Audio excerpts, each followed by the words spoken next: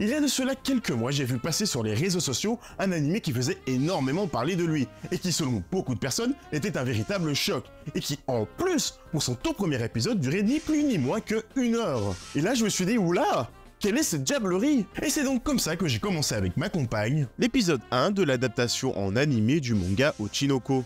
Et là, le choc. J'étais médusé. Car dans son début, cet animé était très fun, coloré, cliché et très cucul à praline. Les pralines. Homer sort de moi. Au début, on pense vraiment avoir quelque chose de plutôt cliché, tel Love Live ou Idolmaster.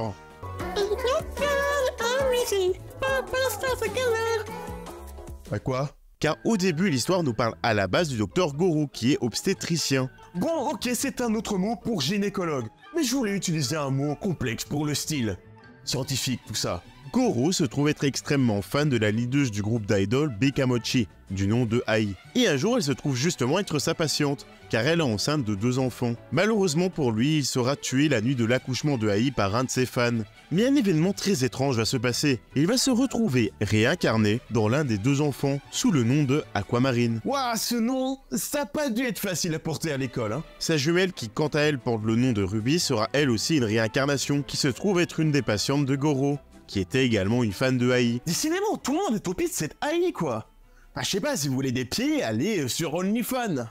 Je suis vraiment navré pour cette blague. Je ne recommencerai plus. Avant la prochaine vidéo.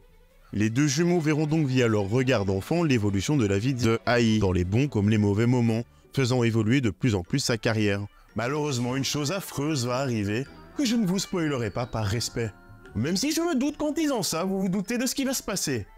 Et donc en faisant cet état de fait, j'ai encore plus empiré les choses.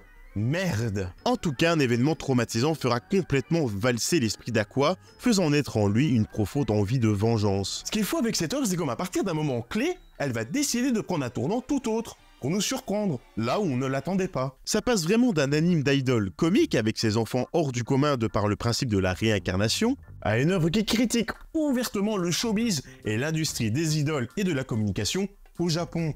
Car même si c'est sûr que c'est un pays qui fait énormément rêver en tant que touriste, il faut quand même reconnaître que sur beaucoup de points, c'est une véritable catastrophe. On peut notamment parler de l'admiration maladive des fans qui se créent dans leur tête une relation inexistante avec leur star. Sans oublier le contrôle qu'opèrent les sociétés du divertissement sur l'opinion publique et les médias pour maintenir leur business. Mais aussi parler de choses très importantes telles que le harcèlement omniprésent sur les réseaux sociaux et les conséquences que cela peut avoir. D'ailleurs, je pense qu'à certains moments, l'œuvre fait ouvertement référence à ce qui s'est passé notamment sur une télé-réalité japonaise du nom de Terrace House, où malheureusement l'une des participantes a fini par mettre fin à ses jours suite au harcèlement massif et répétitif qu'elle subissait sur les réseaux sociaux. Et puis en dehors de ces messages, l'œuvre est intéressante de par sa narration, réussissant autant à nous faire ressentir des émotions fortes, du dégoût et de la compassion, mais aussi à d'autres moments être plus fun et léger. Les personnages sont vraiment tous pour la plupart traités de façon très humaine, et on sent clairement que l'auteur connaît très bien le sujet qu'il aborde. Avec par exemple le côté très concurrentiel du milieu, qui pousse ouvertement des jeunes artistes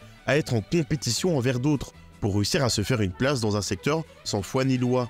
C'est vraiment très intriguant, intéressant et captivant à suivre. L'œuvre réussit aussi très bien à faire des parallélismes entre les événements qui ont marqué le personnage d'Aqua et Ai, au travers de d'autres personnages que l'on apprendra à connaître au fur et à mesure de l'œuvre, tels que Harima et Akane. Qui à un certain moment m'ont limite donné des frissons dans le dos. Il me faut vraiment pas grand chose pour frissonner, je sais. Mais si vous saviez comme je vis les œuvres à 100%, vous me prendriez pour un fou, vraiment. Pour parler un petit peu des dessins et de l'animation, on est vraiment sur quelque chose de très réussi. Car même si sur certains points cela se trouve être assez convenu et habituel, d'autres arrivent à clairement changer drastiquement l'ambiance et faire comprendre l'état psychologique des personnages tout en ayant à côté des visuels fort colorés et chatoyants, au point de nous en faire oublier des enjeux très sérieux.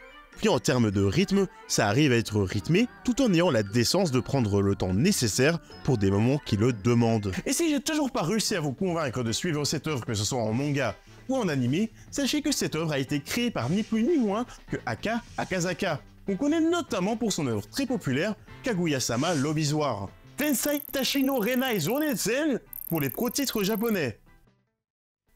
Love is War, c'est vraiment bien, non? Œuvre qui, comme son nom l'indique, parle d'amour sous forme de guerre, où les 2 amoureux du nom de Kaguya et Miyuki, qui bien qu'ils soient attirés l'un envers l'autre, ne veulent pas se l'avouer en premier, Pour eux, l'amour c'est une guerre. Celui qui déclare sa flamme sera le faible du couple. S'ils partent vraiment sur ce postulat-là, c'est qu'ils ont vraiment aucune connaissance de comment fonctionne un couple. À qui je vais faire croire ça? Je ne développerai pas plus sur cette œuvre dans cette vidéo, mais je vous la conseille très fortement, au même titre que Ochinoko, qui au final est tout l'opposé en termes de ton. Il est beaucoup moins humoristique, mais en tout cas ça montre clairement que l'auteur sait très facilement changer de style. Et ce, de façon vraiment prodigieuse. Sur ce, go danser sur une musique d'une trend totalement dépassée. Let's go!